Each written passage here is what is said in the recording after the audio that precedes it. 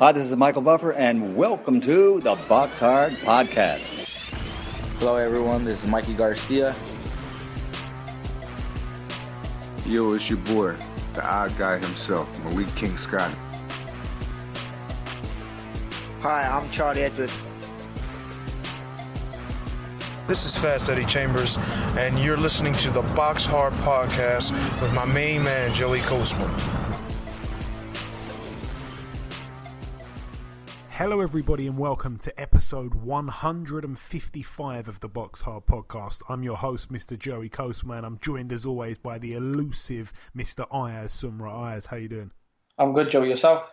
Very good, my friend, very good. There's a lot to go over. A little bit of a spoiler I'm going to give you straight away. The review part is going to be quite lengthy because there was a lot of boxing that happened last weekend. So if you don't like to hear me go over old ground, I don't blame you, and probably you should fast forward right now. But without wasting too much time, let's just dive straight into the review part. I'm going to start at the Gold Coast Convention Centre in Queensland, Australia. A couple fights to mention over here. Just the one, actually. Lucas Browne returned to the ring. He got a KO in the third round against Julius Long. Lucas Browne now 26-1. Long actually had a point taken away in the second round for holding, and then he was decked in the third round. A beautiful picture that Lucas Browne's posted of Julius Long. He's such a tall guy and he's just laying there through the ropes. He looks really good. Obviously he was in a bad state, but a brilliant picture for Lucas Browne there. His record, like I say, 26-1. Moving over now to China. One fight to mention at the Changsha Social Work College Gymnasium. Zalil Zhang, the former opponent of Anthony Joshua in the amateurs, he moved to 20-0. He defended successfully his WBO Oriental Heavyweight title, a TKO in the third round against Don Hainsworth. Hainsworth now 15-3 with one draw. Zalil Zhang, we need to see you stepped up, sir. The time is ticking now. That's it for China. Moving over now to Ghana. One fight to mention over here, our very own Ashley Fiafane, the man that holds the most wins of any other British boxer out there. He picked up win number 44, a TKO in the fourth round against Frank Dodsey. We did say this on last week's show that Dodsey had 10 fights in a row against guys that didn't even have a single win between them. All 10 of them, no wins. So a very padded record, and he's been knocked over there in 4 rounds by Ashley Fiafane. That's win number 44. He's got 8 losses and 1 draw. Moving over now to the King Abdullah Sports City in Jeddah, Saudi Arabia.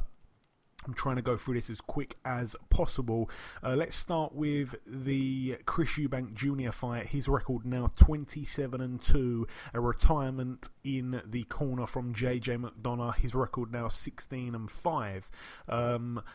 An interesting fight, Ayaz, for me, because I felt that it was very competitive while it lasted, and then it seemed to just end out of nowhere. Obviously, McDonough, I think he was saying it was a shoulder injury, I believe, and then obviously the post-fight interview was pretty out of hand, to be honest, but the fight itself was actually pretty competitive. It really did surprise me, but we did all expect and predict a Eubank stoppage, and that is ultimately what happened. What did you make of the fight, Ayaz, while it lasted? I think it was a very good fight. Obviously, I think it was just a warm-up fight for Chris Eubank Jr. because he said he's got a big fight coming up soon. So, yeah, I think it was a very good fight for Chris Eubank Jr. Obviously, a lot didn't happen, but well done to Chris Eubank Jr. for winning the fight. Yeah, I mean, the fight itself, I don't want to go into it too much, but I felt that Eubank was clearly losing that first round. He was trying to box, which isn't really his game, and JJ McDonough, the much bigger man, and obviously a southpaw, so he did pose a few problems early on. So, yeah, I thought he was winning the round pretty easily. McDonough was having success with his jab, and then Eubank literally just countered McDonough with a glancing left hook. It didn't really seem to carry much power at all, and it was also on the blind side of the camera, so the home viewers didn't really even see a punch land. And the commentators even said that they thought from their angle that he'd perhaps injured himself or something because there was no clear punch landed. But when we saw the replay, it was just a real small shot on the temple that seemed to mess up McDonough's balance, and he did go down. So yeah, very very bad there. A real shame for him to be winning the round and then obviously to get dropped from a small shot like that. So a 10-8 round there for Eubank. In the second round, McDonough probably won that round for me. It wasn't looking at that point like the demolition job that we all thought it would be. And the third round, like I say, Eubank came into the fight. It was a fairly competitive round, but in the latter part of the round, Eubank was starting to land hurtful shots, and for me, he probably did just edge that round. And then McDonough retired on his stall, like I say. It came out of nowhere. The crowd were booing. There was no apparent problem with McDonough to the naked eye, and we were waiting to hear what had happened. And then it actually was revealed when Chris Eubank Jr. was interviewed in the ring afterwards, and he didn't look pleased at all, Eubank. Like I say, didn't really look himself boxing wise. He was pretty much on the back foot the whole fight, but he was saying that he wanted to get some rounds in, so maybe that was the case. But it was a little bit too competitive for my liking. Obviously, there's all sorts of fights that Eubank Jr. has now been linked with, DeGale, Rocky Fielding, the rest of it. But I felt that the post-fight interview was quite shocking from the interviewer. I forgot the guy's name. I think it could be Gabriel Clark, possibly. I don't want to bring the wrong person into this, but real bad interviewing from my point of view. I mean, he basically asked Eubank what the problem was. Eubank went on to say that McDonough has apparently injured his shoulder or whatever it was. I think it was a shoulder or an elbow. And then he basically expressed a little bit of doubt, and he wasn't too sure if McDonough was faking it or not. And then the interviewer just waved McDonough over to basically say, here, listen what Chris Eubank just said about you. And it was just real kind of a little bit snaky there. I think he really put Eubank in a very uncomfortable position. And then, you know, he got JJ McDonough in there and he made him look a little bit silly. And Eubank kind of painted a picture that McDonough quit. And the interviewer, I felt, kind of accelerated things really by doing that. And it was just an uncomfortable watch altogether. And I can only imagine what McDonough felt, because he was made to look a bit of a clown, to be honest. And then, you know, McDonough then felt like he was being made to look like an idiot, and then he decided to go off the rail a little bit himself, and all the teams jumped in to break it up. Really unnecessary from the interviewer. I felt that it could have been avoided. But what I did pick up on, and a lot of people didn't notice this, when Chris Eubank Jr. was asked about a potential fight with James DeGale later this year, he responded by saying these words. He said, "That's a fight I'm looking forward to." Then he paused and said, "Trying to make." So he said, "That's a fight I'm looking forward to, trying to make happen." So he basically slipped up there. It would seem like the fight is perhaps going to be happening. We'll have to wait and see, though. Not too much else to mention on the undercard. It was funny because a lot of people were saying that this place holds about 20 people. No exaggeration. People thought it was going to be 20 people. It was going to be even smaller than the Matchroom Monte Carlo shows.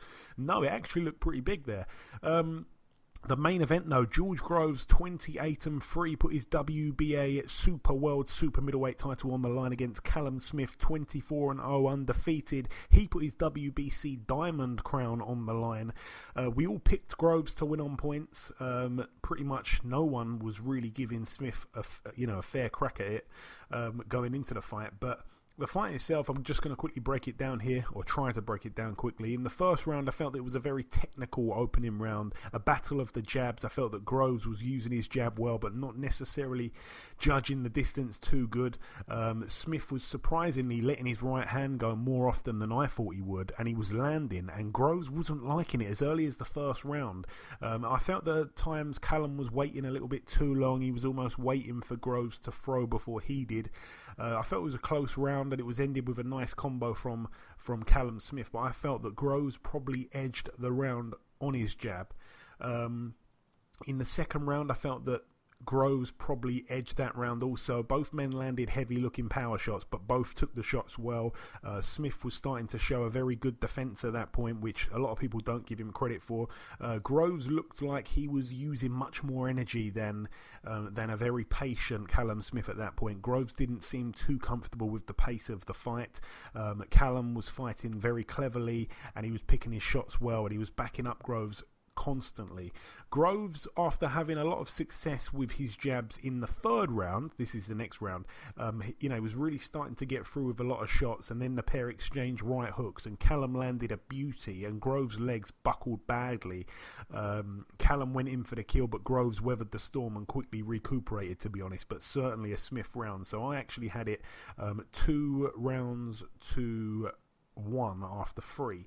Now, going into the 4th round, I felt that Groves was outlanding Smith massively, but his shots didn't really seem to be bothering Smith much, mainly because he was only jabbing. Smith did land a right hand that hurt Groves again, but not as bad as the prior round. I felt that Groves probably won that round, but he was being made, like I say, to fight at a high pace. Callum looked as though he was going to try and come on strong late on in the fight, which we call a Joe Gallagher special. Also, it's not a big secret that Groves has been knocked for having not a great gas tank in the past. We know that. I think it's improved, but we do have question marks there. Going into the 5th round, I felt that Groves was starting to up his game at that point. Actually, he was feinting, he was doubling up the jab, he was landing on Smith too often.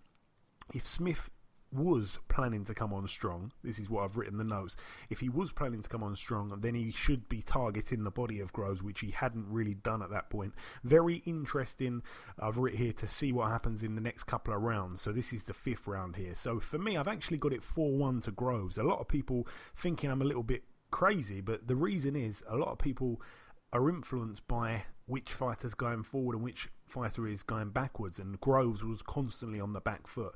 But it gives off impressions, which I'm aware of. In the 6th round, I felt that Smith started to up the pace. Both men had moments, but I'd edge that round to Smith. Again, a few of these rounds are close, so forgive me for that. Smith did seem to surprisingly have the edge in punch power. Obviously, we know he can bang, but he hadn't really proved it, I felt, as much as Groves. Groves has hit a lot of people hard and has stopped people. I felt that Groves' power is probably a little bit more legitimate than Smith's. We needed to see it from Smith, and we certainly did, which I'm going to get onto in just a second. I actually thought in that 6th round that Smith seemed to, like I say, have the edge in power, and it was either that he simply had the edge in power or Groves just couldn't take a shot as good as what Smith could take a shot.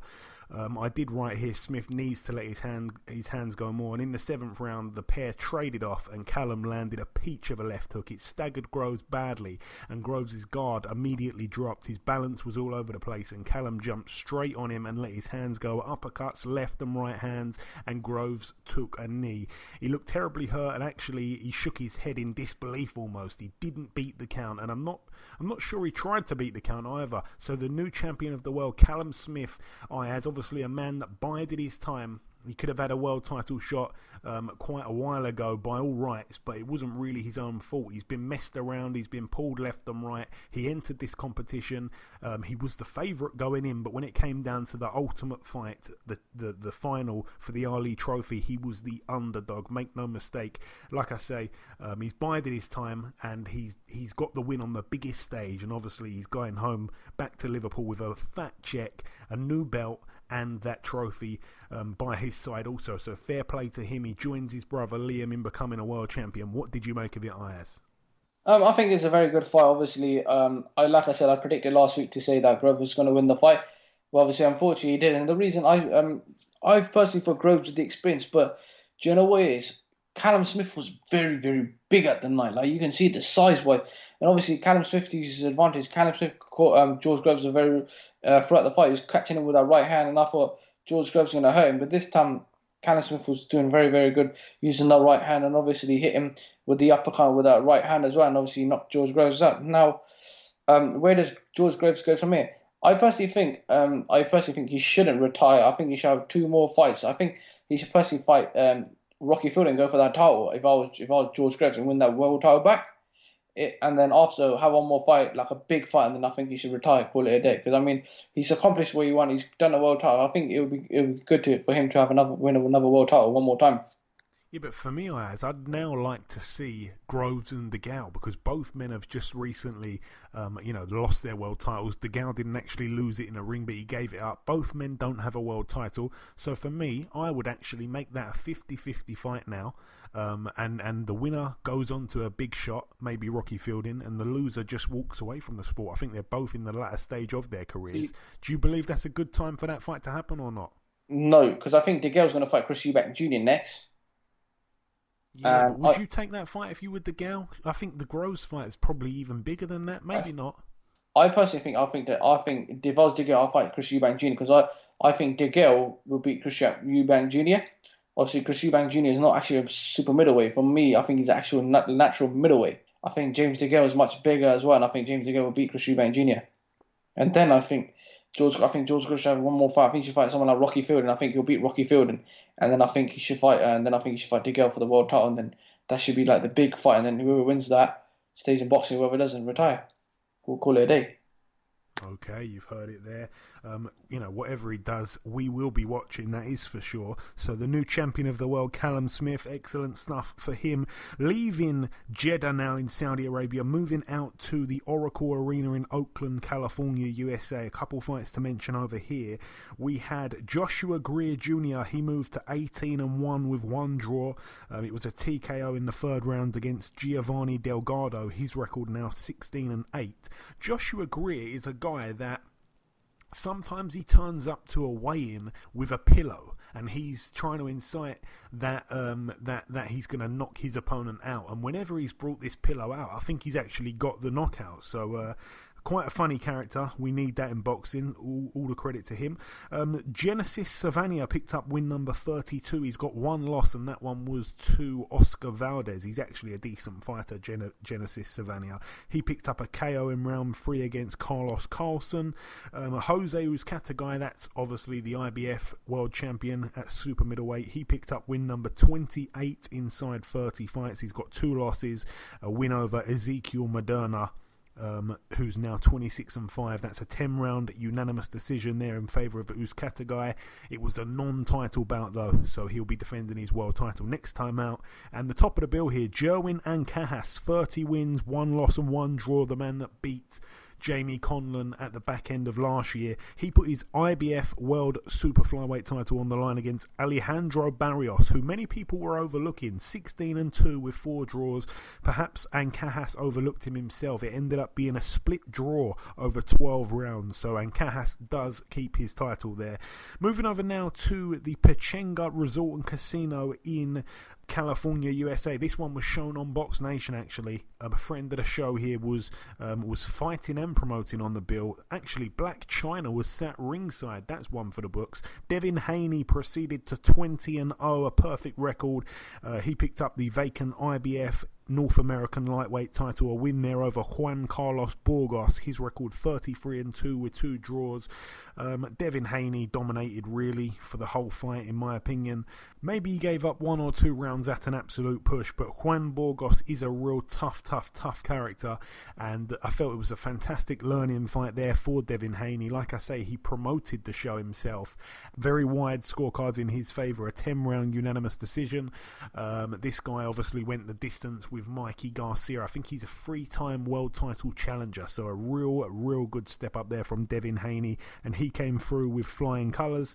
Moving over now to Waldenbuch in Germany. One fight to mention over here, Erkan Tepe, 19-2, the man that knocked out David Price. He fought for the vacant IBF Intercontinental Heavyweight title. In the other corner, Robert Helenius, former opponent of Dillian White, former opponent of Derek Chisora. His record 27-2. Robert Helenius actually knocked Tepe out in round 8. That one was a bit of a shock. Tepe down and out in that 8th round. Robert Helenius now 28-2. He's the new IBF Intercontinental Heavyweight Champion. Moving over now to the Polideportivo in Vicente Trueba in Torrelavega in Cantabria, Spain. One fight to mention over here, Sergio Garcia, a man that's kind of been kept under the radar a little bit. He's being promoted by the former middleweight king Sergio Martinez. Well, this guy here, Sergio Garcia, he now moves to 28-0, and he picked up here the vacant EBU European Super Welterweight title against Maxime Boissire, who now has a record of 27-2 with 1 draw. So that one went under the radar, but a good fighter, this Sergio Garcia. Moving over now to the Leisure Centre in Bracknell, Berkshire, United Kingdom. I was in attendance for this fight. This was an Al Siesta show. He was on the show himself a couple weeks ago, the promoter. A couple fights to mention over here. I want to start with... I'm going to start with there was a couple of upsets, a couple of people's O's got took away here, but I'm going to start with Nick Webb actually. His record 12-1. He took on Dorian Darch 12-7 with 1 draw. It was a late replacement. I think Nick Webb was supposed to take on someone. I think it was a European fighter, but he ended up taking on Darch. A 2nd round TKO there. The fight itself, I mean, Webb was just too good for Darch, really. It was also Webb's birthday as well, so that was a reason for him to raise his game. But the fight itself wasn't up to too much.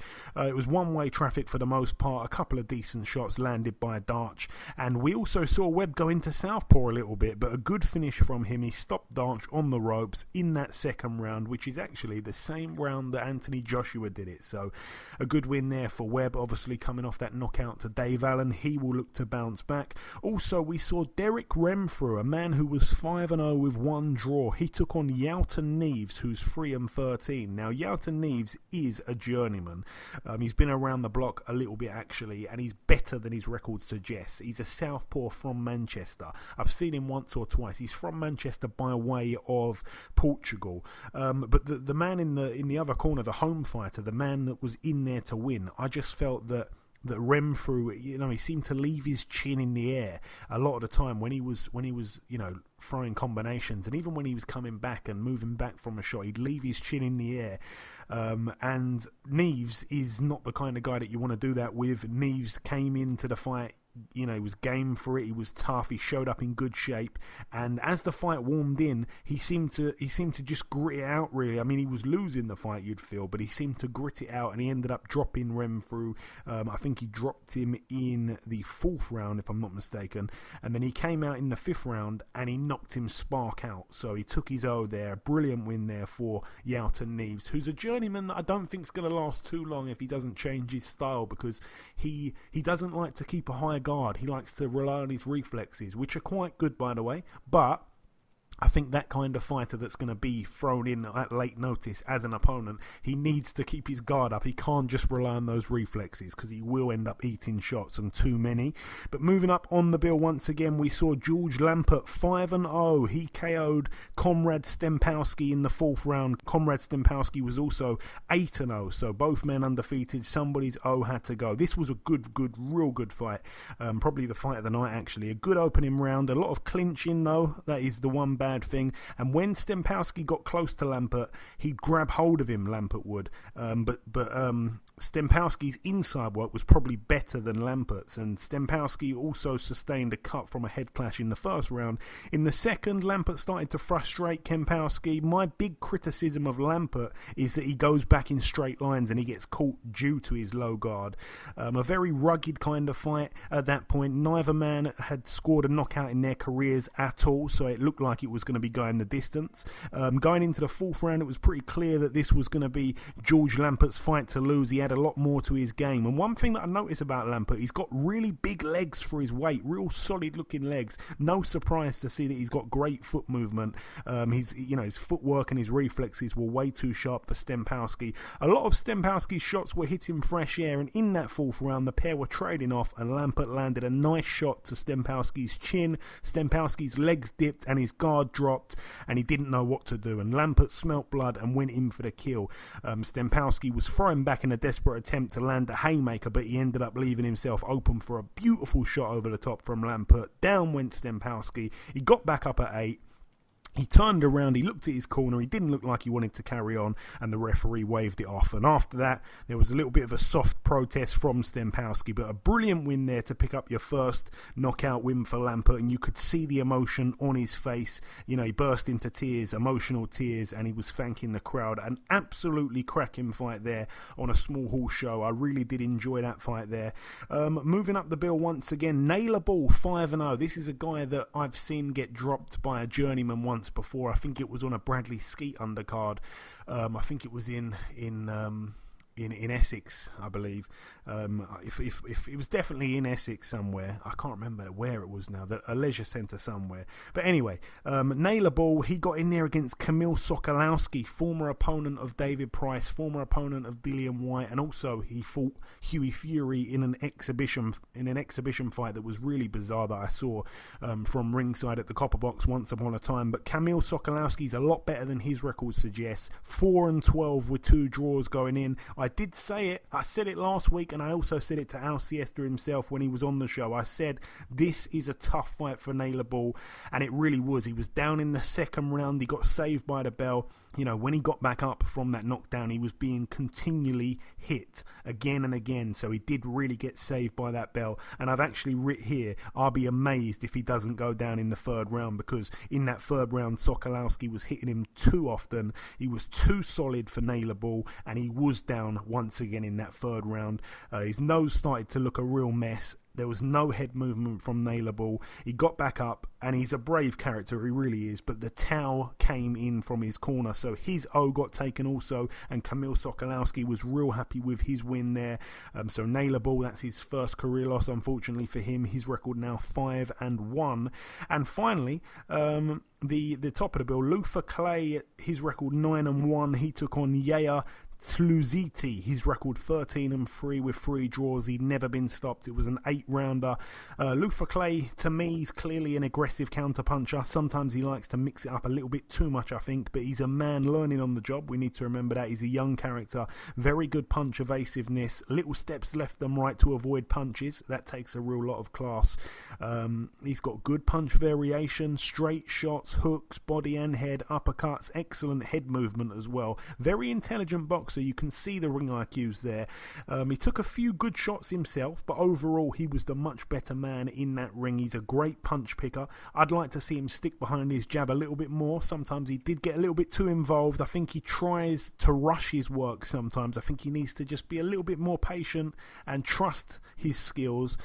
He did walk into a big shot himself in the 5th round that seemed to stun him momentarily, but you know, all in all, it was a punch perfect performance, really. He's a good shot slipper, and also he can slip shots walking forward, which is a very, very difficult skill. And Lufa did actually hurt his man several times in the last round, but he could not get the finish. But a dominating points win there for Lufa Clay, and that really wraps up that show there. Moving over now to the Fantasy Springs Casino in Indio, California, USA. We saw Jorge Linares pick up win number 45. He's got 4 losses also. It was a KO in the 3rd round against Abner Cotto. His record now 23-4.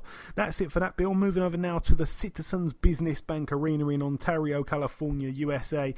This one was also on Box Nation. This was on the Sunday. We saw a few fights on this, Bill, really. We saw James DeGale. Well, we didn't actually see James DeGale. It wasn't shown, but he picked up a KO in the 3rd round against Fidel Munoz, who I think's got 18 losses, 15 by knockout, but he's got 39 wins also and 1 draw. So yeah, we knew that was going to be a win there for James DeGale. He got it in the 3rd round. His record now 25-2 with 1 draw. Also, we saw Efe Ajagba. This is the guy that fought Curtis Harper when Curtis Harper just got out the ring that I told you about before, Ayaz. And Ajagba is a real talent, I believe, and certainly one to watch. The fight itself, he landed a humongous straight right through the guard that jolted his opponent's head back. And his opponent did come and give it a real go, to be fair to him. But Efe, he's built like a superhuman. He's ripped. He's got a similar body to Anthony Joshua. And he moves really, really well. He's athletic and he's got a great punch variety. Once again, like I say, even though the contest only lasted a round, it was very exciting, and certainly he is one to watch. So yeah, thankfully this fight did last more than 1 second and his opponent didn't run out the ring, but certainly one to watch. His record now 7-0. He actually took on Nick Jones, who was undefeated himself in 7 contests, 7-0, now 7-1. Moving up the bill once again, Cody Davies moved to 8-0, a win for the Welshman there over 8 rounds unanimously against Gerhard Fenderson, now 4-7. Joe Joyce, let's talk about him now. Joe Joyce, do you know what? I'm gonna throw a little criticism in here. He seemed to be throwing a jab from really far out, and when he was throwing the jab, he'd fall short with it, and he was lucky to not get something over the top most of the time. But he certainly did win that 1st round with his jab. When he was landing it, it was landing nice. But yeah, he really did have to reach in, and because he was reaching so much, he didn't really get much power on his jabs, and they were kind of little taps. But Kiladze wasn't standing still. I give Joe Joyce that. Kiladze was a moving target, and his movement did seem to frustrate Joyce a little bit. Joyce wasn't really cutting off the ring too good in that first round. He was just kind of following his man, and he looked much slower in there than Kiladze. But in the second round, Joyce did drop Kiladze early in that round with a nice overhand right followed by a left. Joyce went on to hurt Kiladze several times in that round, but he also did take a few good hard shots himself. Sometimes I've seen Joe do it a few times, but he likes to sometimes throw a combination to the body, and he leaves his self wide open, and he usually gets caught, and he did get caught here. So that's one thing. He really likes to throw about a 6-punch combination to the body, which we don't see many people do, especially in the heavyweight division. Now, in the third round, with about 45 seconds to go, Joyce trapped Kiladze in the corner and unleashed a big combination. It finished with a left hook to the body that put Kiladze down for the second time in the fight. To Kiladze's credit, he did fight fire with fire when he was hurt, and he got through the round. But in the fourth round, it was probably the most competitive round because Kiladze had a real go here. I think it was, excuse my language here, but I think it was kind of shit or bust time for him. He really did go for it.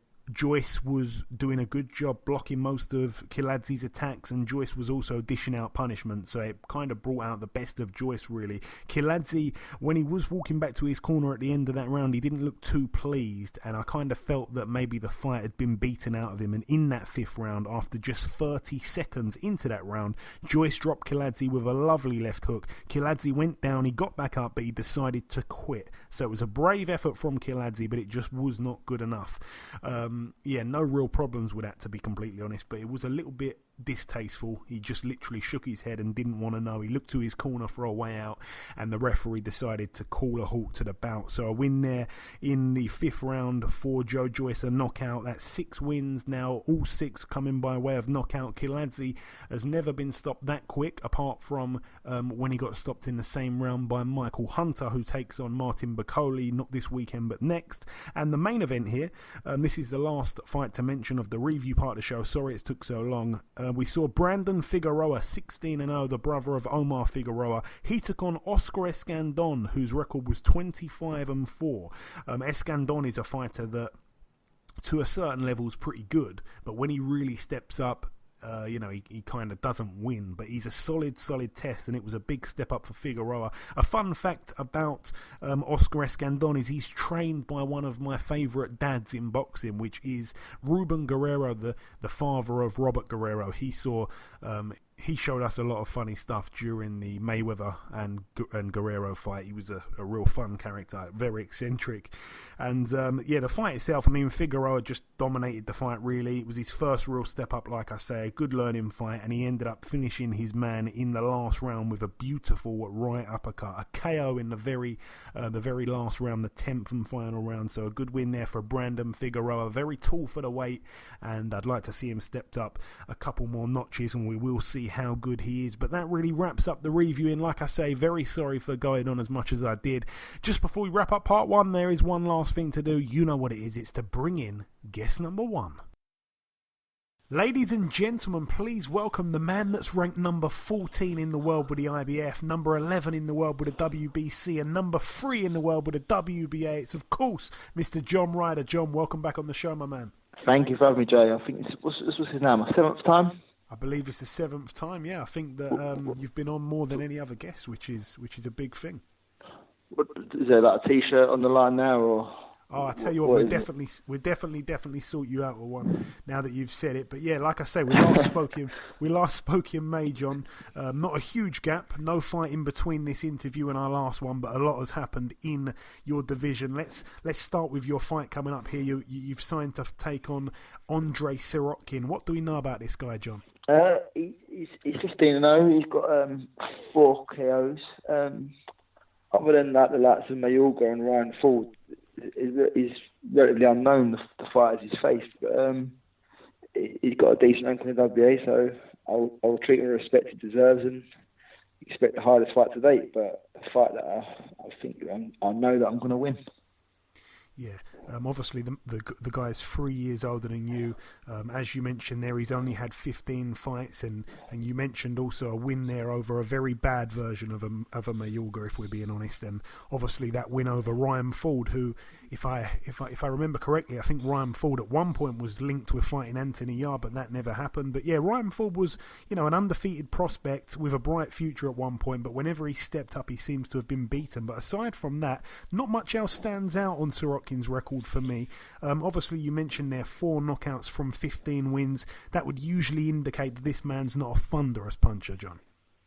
No, yeah, I've watched bits of him, and he's got like a very Eastern European style. He jumps in, he throws a flurry of shots, then jumps out. So he's going to be hard to tie down, and has to be sensible with good bit of pressure, but be ready to keep moving. So it'll be a tricky customer for a while. And a lot has gone on in the super middleweight division lately. Like I say, David Benavidez, I won't go into his situation, but George Groves against Callum Smith last Friday. John, what was your reaction there? Brilliant performance from Smith. Do you know what?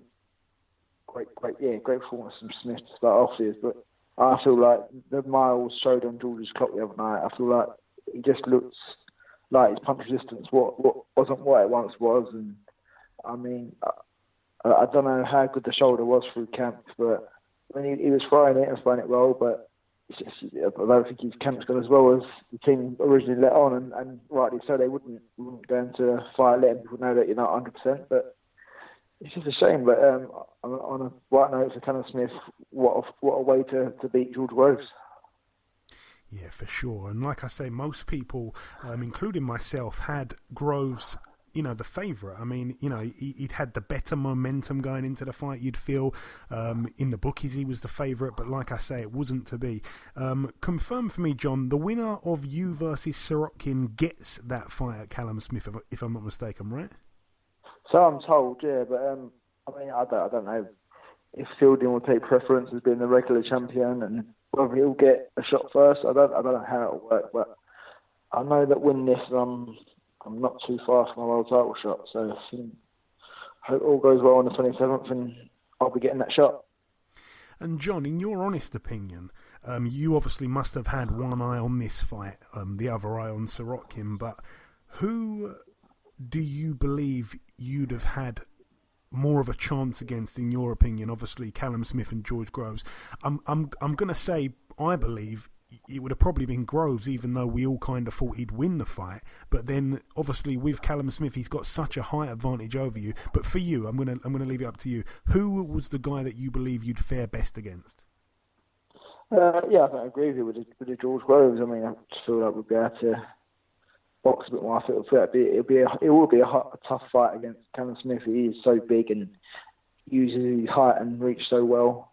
But I was hoping that it would be George that I'll get the chance to fight for the world title, but it's not worked out that way. But look, any of the champions, I mean, I look at the likes of Uzcategui. I know I've said to you before that I would fight him at the drop of a hat. I believe that he's not this baddest man on the planet that he's made out to be, and we have spoke about Beterbiev, and I don't know what's going to happen there with him, but in the likes of Ramirez, I'll fight him all high advantage or no high advantage. And the bill that you're fighting on the 27th of October is packed with 50-50 fights. I really cannot wait for it. But which fight are you most looking forward to on the bill, aside from your fight? There's some lovely fights on that bill. I'm looking forward to Ted Cheeseman and Asina Byfield. I've known Ted for a long time, I think since he was about 12 years of age, so I've watched him grow and develop into a man, and I've watched his career closely, obviously training with him. So it'd just be good to see him win the title one night and go on to bigger and better things. What about Craig Richards and Jake Paul? Yeah, I mean, I've been doing a lot of rounds with Craig for this fight. That's another intriguing fight. It'll be a great fight. A real 50-50. I mean, I'm struggling to call a winner. It just depends who brings it on the night. Yeah, I agree 100%. Like I say, many 50-50s. Now, John, I was looking at your record the other day, and I must say that you've really had to take some hard fights recently, and I've seen a lot of boxers take much quicker routes to world titles. I just want to reel off, for those that may not remember at the moment, your last 5 fights. Obviously, you took on Jack Armfield, which went to points. You didn't get the decision, but it was a super close fight that could have gone either way. Then, of course, you beat Adameches, and I don't care what anyone says, he's a good fighter to a certain level. And then obviously you went on to lose that very close split decision to Rocky Fielding. Once again, a fight that could have gone either way. He's now a world champion. Then you take on Patrick Nielsen in a fight that you were being brought in to lose, if we're being honest. You knocked him out brutally. Then you take on Jamie Cox, whose only loss was to Groves for the world title, and you stop him in half the time Groves could do it. Now you've got another undefeated, unknown quantity Russian in front of you before you get that world title shot. It is a long route, John. Is it frustrating for you when you think back at that? It is in a way, because I feel like there's the people less deserving that have got shots. But at the end of the day, I've cut in them last 5 fights. There's been 2 losses, so there's been somewhat of a rebuilding process. So I've gone away, I've rebuilt, I've moved up, and I'm here now. So it's down to me to take care of business on the 27th, and then the stars will be aligned and whatnot, and the world title shot will be mine. And since we last spoke, like I say, I just mentioned there, your former foe, Rocky Fielding, he went on the road to Germany. Most people didn't believe he stood a chance, really, and he walked through the champion. He's now a world champion himself. What did you make of his win, John? It's terrific. I mean, you looked at it in the first 30 seconds of the fight, and I said to my friends, there'll definitely be a knockout here. And then the further it went, I slapped on a little in-play bet on Fielding for the stoppage. Thank you for the winnings, Rocky. And yeah, he done it. I mean, it was a cracking body shot, wasn't it? And he just didn't have anything to get up. And of course, now there's talk about Rocky against the likes of James DeGale. You've got Chris Eubank Jr. with his name in the mix, but with George Groves now seeming to be stuck in between a rock and a hard place after losing the other day. I personally think that the time is now for DeGale and Groves. It would still do good numbers in my opinion, and I think the winner should probably get another big fight and the loser perhaps walk away with a nice check. Are you with me on that, John? Would you rather see DeGale and Groves at this point, or are you not really interested? Should both guys look elsewhere, or what? No, what it is now is it is perfect, but James isn't going to give nothing away, and with George coming off a loss now, James is going to see himself as the A side, as before George was the A side. I mean, so we're always going to have this who's what to the equation. But I feel now it would be perfect. But I did hear whispers that it would be DeGale, Eubank. I don't know how true that is. Also seeing things that might be Fielding and DeGale. So just it's exciting because everyone's out in the dark and no one knows what's going to happen. And if Rocky were to get that fight with DeGale, how would you see that one playing out, John? It's just we're yet to know where DeGale was at. I mean, of late we've not seen the best vintage DeGale performances, so we don't know. Rocky's riding high, and it's going to be hard to beat him at the moment. He's riding high, and he's buzzing, and he's going to defend that title with his life. I mean, so it would be exciting, but I mean, I just don't see why James would vacate the IBF to fight for the WBA regular. Just seems like a real big backward step. Yeah, a lot of people confused about that. I remember speaking to Callum Smith when it had fresh happened, and he basically said, I understand if he would have, announced a big fight in the coming weeks afterwards, but he didn't. And then obviously he fought on the weekend against a complete journeyman, and he stopped him in a couple of rounds. But that is what it is. Your former opponent, Billy Joe Saunders, fights Demetrius Andrade on October 20th. A hard fight for those that know Andrade, John, but the problem is over here, a lot of people not too familiar with him, but those that do know how good he is, it's a real good fight. Yeah, it's a tough fight. I mean, people over here would only have seen Andrade beat Brian Rose. I mean, and he looked sensational that night, but he recently went to Germany and beat Jack Kulkai for the title. I think it was only a point. I was expecting to stop Kulkai, in fairness, but I think he beat him on points, and I think there was a bit of drama that day with they were messing about with ring walk times and whatnot. Just tactics, you know what I mean? But it didn't upset the uppercut for him. He went out and got the win. He's now cut to middleweight, and I don't know. It's just one of the things you can never write Billy Joe off. He's write him off at your peril. He's going to come back and just do the unexpected. Yeah, certainly an intriguing fight, that one. A week before yours, some good weekends of boxing there, back to back. And finally, John, what is your prediction for your fight come October 27th? Are you able to make it 3 knockouts in a row, which you wouldn't have done since 2012, actually? And obviously, that wasn't against the caliber of opponents that you've been taking on recently. If I catch him at any point in the fight, which I'm sure I will, then I'm gonna capitalise on it and put him away. But I'm happy with a points win. But yeah, it'd be nice to be 6 years later and get 3 knockouts in a row. So why not? I'm going at it to win, and I'm going at it to win style. So if that's just to outbox him for 12 rounds or to knock him out, then either one.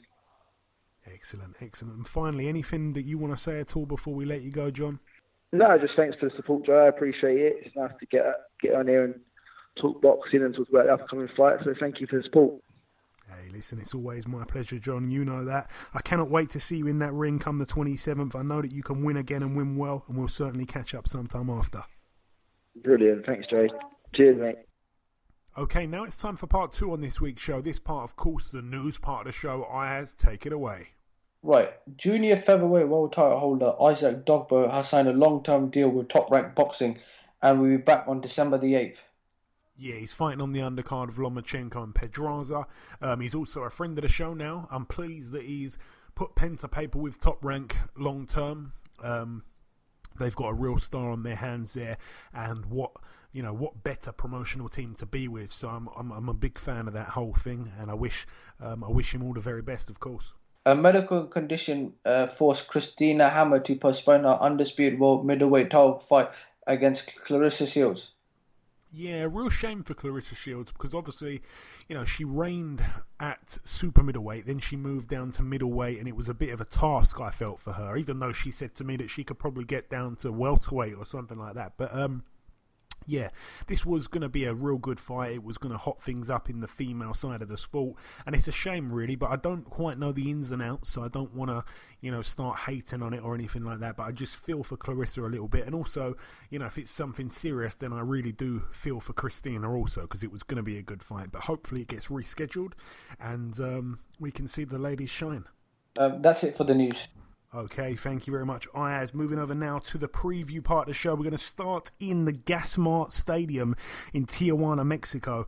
We have one fight to mention over here. It's for the vacant WBC silver bantamweight title. Luis Nery, former world champion, undefeated, 26-0. He takes on Jason Canoy, whose record's 27-8 with 2 draws. That's a 12-rounder there. Moving over now to the Impact Arena in Pak Kret in Thailand. We've got Wisaksor Wangek, also known as Sorung Vasai. His record 46-4 with 1 draw. He puts his WBC World Super Flyweight title on the line against Iran Diaz. His record 14-2 with 3 draws. On paper, that looks like a bit of an easy fight, but who knows? That's a 12-rounder there. The return of Wangek in Thailand. They do love him over there. But now, moving over to the Leicester Arena, we're going to be going for a few predictions here, Ayaz. So get ready for that. It's going to be on BT Sport. It's going to also be on ESPN Plus on the app in the States. Brilliant bill this one's going to be. It's a fantastic bill here that we're going to be watching. I want to be there, but unfortunately I won't get home in time to watch Callum Johnson and Beterbiev. That show won't, that I think starts at 2 in the morning, and I just know that I'm not going to get back from Leicester when that show finishes, which I think finishes about 12. I'm not going to get home in 2 hours because I don't like to watch things back. I like to watch them live. So I won't be in Leicester, and I certainly won't be in Chicago. But yeah, let's go through this card here at Leicester Arena. We've got Ryan Hatton, 3-0. His opponent yet to be announced. That's a 4-rounder there. We've got Mark Heffron, 20-0. He takes on Ayi Aiti. His record 15-7. I'm probably saying that wrong. Should be a good win there for Mark Heffron, you'd imagine, over 8 rounds. Nathan Gorman, 13-0. His opponent yet to be announced. Ryan the Piranha Garner, 7-0. He's in a 6-rounder against Elvis Guillen. He's a known journeyman from these shores, or at least he fights over here a lot. His record 9-42 with 4 draws. A real good fight. Another step up here for Daniel Dubois. His record 8-0 with 8 knockouts. A 10-round fight this against Kevin Kingpin Johnson, a man that's been in there with Chisora, a man that's been in there with Klitschko, a man that's been in there with Tyson Fury. He's really been around the block, Kevin Johnson, but he's seen better days. We all know that. His record 32-10 with 1 draw. I do like that step up there for Daniel Dubois. We also have, and we're going to the predictions on this. This is a brilliant fight. For anybody listening to this that doesn't know how much I rate Archie Sharp, listen to this fight here. Please do not miss this fight. We've got Leon Woodstock. He's from Leicester. It's in his backyard, 11-0. He takes on Archie Sharp, who's 13-0. This is a 10-round contest. It's for the WBO European Super Featherweight title. That belt belongs to Leon Woodstock. Brilliant fight. Ayaz, I'm coming to you for the predictions. I think it's a very good fight. Obviously, I'm not quite sure much about the fighter, but if I'm going to go with him, I'm probably going to go with Archie Sharp to win by points. Archie Sharp on points, right. I'm going to go with Archie Sharp on points also. The listeners at the moment, I'm going to have to retweet this because at the moment it's a draw. They've got 31% for Woodstock on points, 31% for Woodstock by knockout. So it certainly looks like the listeners are going with Woodstock. I think he's the betting favourite as well, but I think this is going to be a brilliant fight. I'm so excited. Somebody's must go though. Very unfortunate there. The loser is going to be a good fighter still because I believe in both of these young men, and it's a brilliant thing that they're both getting it on, but I'm so badly looking forward to that fight. I truly am.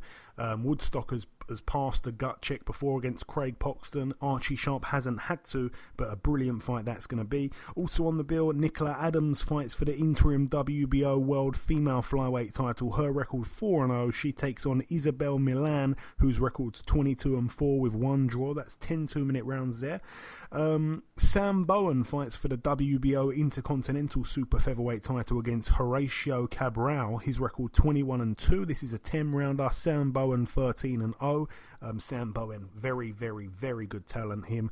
And the top of the bill, I don't know if it's officially at the top of the bill, but certainly for me, Jack Catterall, 22-0, puts his WBO Intercontinental Super Lightweight title on the line against O'Hara Davies, 18-1. Who wins and how? Oh, that's a very good fight. It's a 50-50 fight, from my opinion. We've seen O'Hara Davies. He's a very good boxer. So is Jack Catterall. A lot of people are saying Jack Catterall's the face of BT Boxing, BT Sport Boxing. So if I'm going to go with a winner, I'm going to go with O'Hara Davies win by points. O'Hara Davies on points. Okay, this is very interesting. We've all gone for different things here. I'm going with Catterall on points, and the listeners have gone with Catterall by knockout. I'm not quite sure that'll happen. I think Catterall's technically brilliant, but I don't think he's got the crack. But then again, if he does start putting a bit of a boxing lesson on O'Hara Davies, then who knows what may happen. Brilliant fight nonetheless. Really looking forward to it. Trying to go through this as quick as possible now because I know it's dragged on a little bit. Moving over now to the Wintrust Arena in Chicago, Illinois, USA. This is going to be the first DAZN USA card, if I'm not mistaken. Obviously, Eddie Hearn, the promoter, Matchroom Boxing.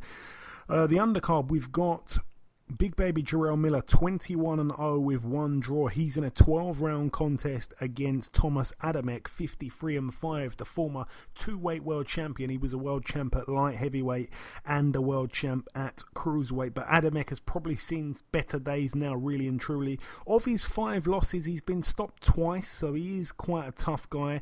He got stopped, obviously, against Eric Molina last time out in 2016. He got stopped against Vitaly Klitschko, but aside from that, he's mixed it with good fighters all along the way, and he's done pretty good. So he's coming off of a knockout win himself against Joey Abel, a former opponent of Tyson Fury.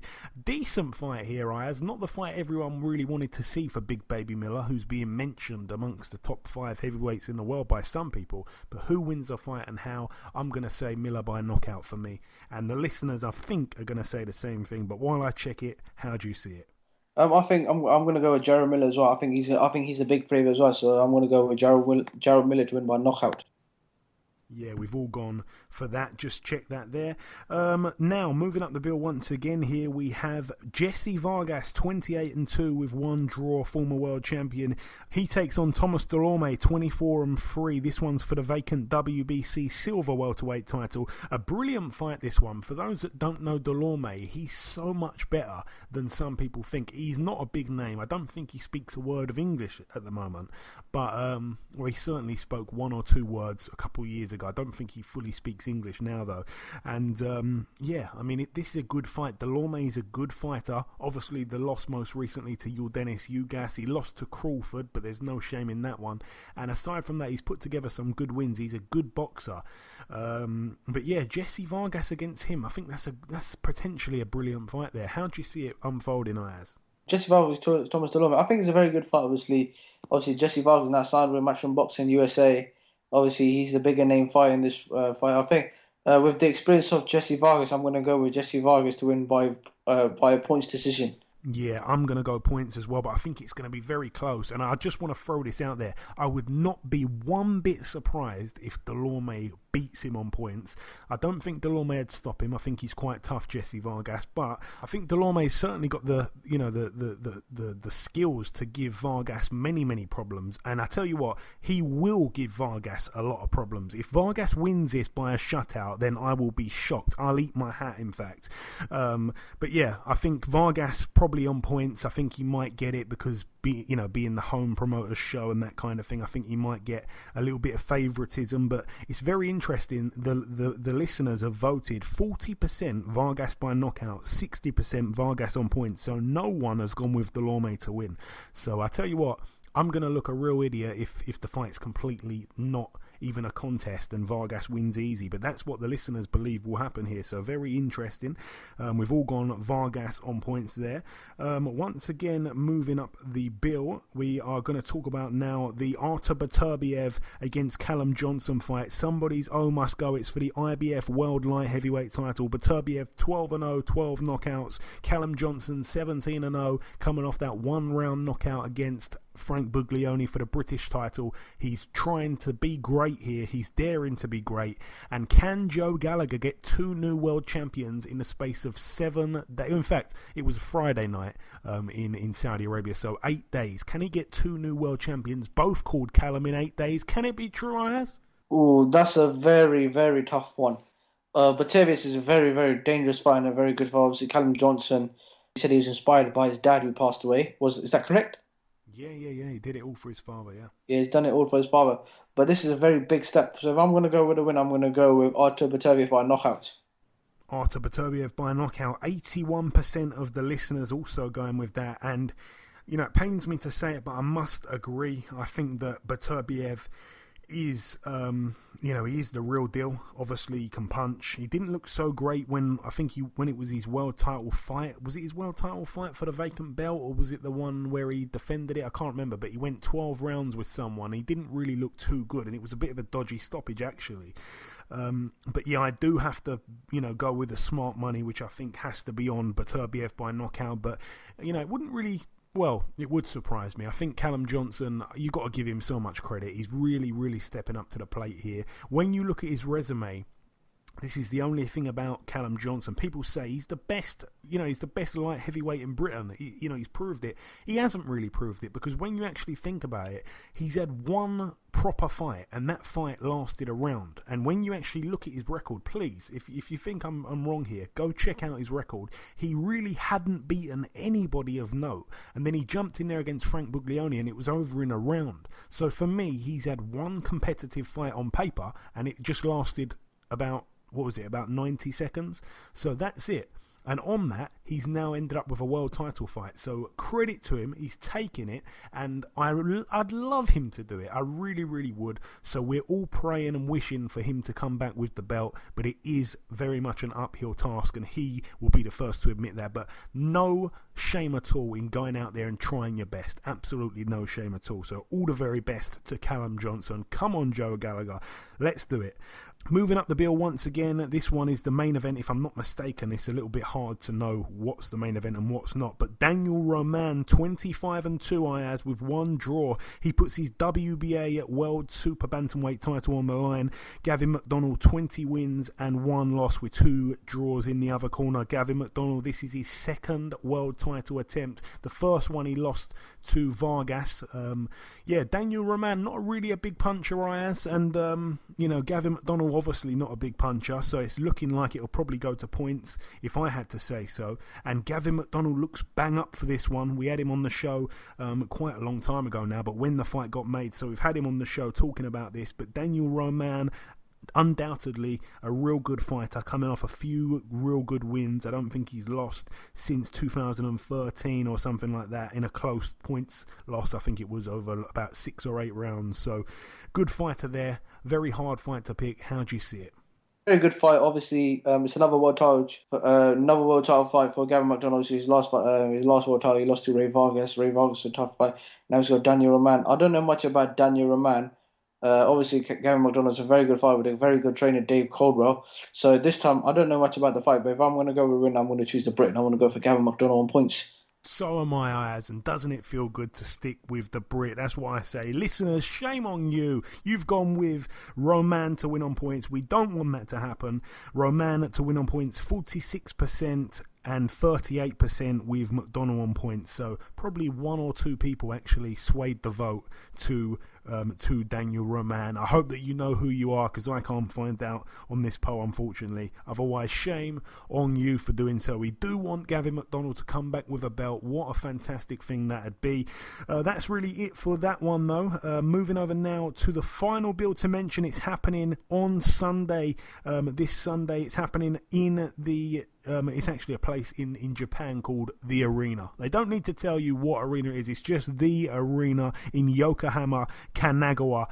Obviously, this is going to be the World Boxing Super Series. You guessed it. We've got here, a few good fights actually on the bill. Let's start. Kenshiro, 13-0. He defends his WBC World Light Flyweight title against Milan Melindo. His record 37-3. Naoya Inoue, as we just mentioned, Gavin McDonnell. Obviously, Inoue took out Jamie McDonnell in 1 round, and he's defending his belt here, the WBA World Bantamweight title. He takes on Juan Carlos Payano, a man that was actually linked with fighting Jamie McDonnell for a long time. His record 20-1. That's a 12-rounder there. And Kirill Relic, former opponent of Ricky Burns. He is obviously the reigning WBA super lightweight world champion. He takes on Edward Troyanovsky. So Relic's record, by the way, before I run away, his record 22-2, and Edward Troyanovsky 27-1, former IBF world champion. He's the man that lost in a round to Julius Indongo, and then Indongo went to take on Ricky Burns and obviously beat Ricky Burns. So both men have kind of got some kind of connection with Ricky Burns, but this isn't to do with Ricky Burns. It's for the WBA World Super Lightweight title. Like I say, it's in the World Boxing Super Series 140 division. It's one of the fights that had to happen because of mandatory obligations. Troyanovsky against Relic, I think it's a fantastic fight. We're not going to go to the predictions on that because we've already done the predictions on, I think it's 6 or 7 fights. So lots and lots of points up for grabs this weekend. But yeah, a cracking fight, I'm guessing that one will be. But that's really it for the previewing. Like I say, very, very sorry for waffling on so much. Hopefully I won't have to do this next week. We really all hope so, including myself more than all. But yeah, that's really it for the previewing. Like I say, we brought you the news, we brought you the review, and we brought you the first guest. It's now time to welcome our second and final guest. Ladies and gentlemen, please welcome the undefeated WBC Diamond, WBA Super World Champion. He's also the Ring Magazine Champion of the World. It's, of course, Mr. Callum Smith. Callum, welcome back on the show as a world champion this time. Thank you. How are you? Yeah, not too bad, my man. How about you? Yeah, I'm good. I'm very good. Very good. I can imagine. So, Callum, we last spoke in the build-up to this Groves fight. I asked you if you needed to be at your absolute best to beat George Groves. You said yes. You also said that you believed that you'd stop him. You did stop him. You did beat him. So my question to you is, was that you at your best on Friday night in Jeddah? Possibly. No, I wouldn't say my absolute best, but the way the fight was going, it was going the way I expected to and the way we planned it to go. And I think I proved a lot of people wrong. As I said beforehand, I'd underperformed a couple of times, and people were taking that as me at my level, and that was how good I was. And that version of me doesn't beat George Groves, and I agreed with that. But I always knew I had a lot more, and I always knew the better the opponent would bring out a better performance in me. And I think George Groves did exactly that. Yeah, I agree 100%. I've said it before, the bigger the occasion, the better your performance is. Now, what can you reveal, Callum, about the game plan going in? Because from my analysis of the fight, and please correct me if I'm wrong, but to me it looked like you were kind of pacing yourself a little bit, perhaps to come on strong late, and at the same time you were making George fight at a pace he wasn't comfortable with. You did surprise me with the fact that you were letting your right hand go pretty early on. You even landed some heavy-looking shots in the first round. Does any of what I've said fold into your game plan? Is that what happened? Some of it, but no, it wasn't pacing and trying to get him down the straight. It was more just I couldn't be reckless. I knew I couldn't afford to make any mistakes, and I couldn't afford to fall in or leave myself open after throwing, because I knew he was always trying to set me up. And I've always felt Groves is at his best when he's on the back foot and feinting and jabbing and trying to make his opponent make mistakes and then making them pay for it. So I knew I had to be switched on, and George commented beforehand about me concentration levels not being up to scratch, and I knew I had to prove him wrong. I knew I had to be switched on constantly, and from the outside, I don't think not a lot was happening in the fight, but the two was constantly thinking and fighting and trying to draw the other one in, and it was me who landed my big shots. I got the right hand off a couple of times early on, which I felt buzzed him a little bit, and I was just always knew, even when it did land, just stay patient and take your shots rather than getting reckless and leaving openings for Groves. And have you had a chance to watch the fight back, and if so, have you managed to score it by any chance? I watched it back.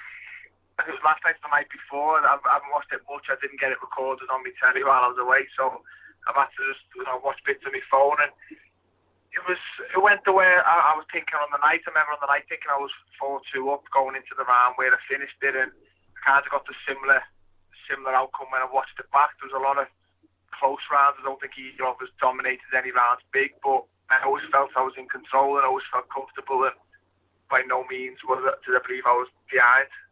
We knew going into the fight that you could hit hard, but in all fairness, I think most people probably thought that George was perhaps the bigger puncher. Obviously, you stopped Rocky Fielding, that was excellent, but Groves had stopped Chudinov. He put Granite Chin Carl Froch down, and he hurt some solid guys, but it certainly looked like you were the much bigger puncher in there. Was that the case? Because you was able to hit him, like I say, and hurt him repeatedly during that fight. Yeah, possibly. I had a lot of respect for his power going in there. Everyone that shares a ring with him mentions his punch power, so I knew I had to respect it and be aware of it. But I was always confident in my own power, and I said before, I knew I had the power to hit George Groves, and I've seen other people do it, so that kind of just confirms my own belief in my own self. If they can do it, then so can I. And I just knew I needed to land the right shots, and I kind of found my range early on. I landed a couple of right hands early, which, like I said, I feel he felt, and then I think I hit him in round 3, and then it was the left hook that done in the end. But I just felt each clean shot I landed, it was having some form of effect on it. Yeah, it certainly did. And one thing that you showed us in this fight, Callum, amongst many other excellent things, of course, but one thing that we did really see from you is a brilliant defence. And I think that you've been criticised before for possibly being only able to fight one way, but you answered those critics by showing perhaps a different side of your game in this fight that many people hadn't seen before, perhaps. Yeah, and I think that's probably, the result aside, that's probably the thing I'm most pleased with.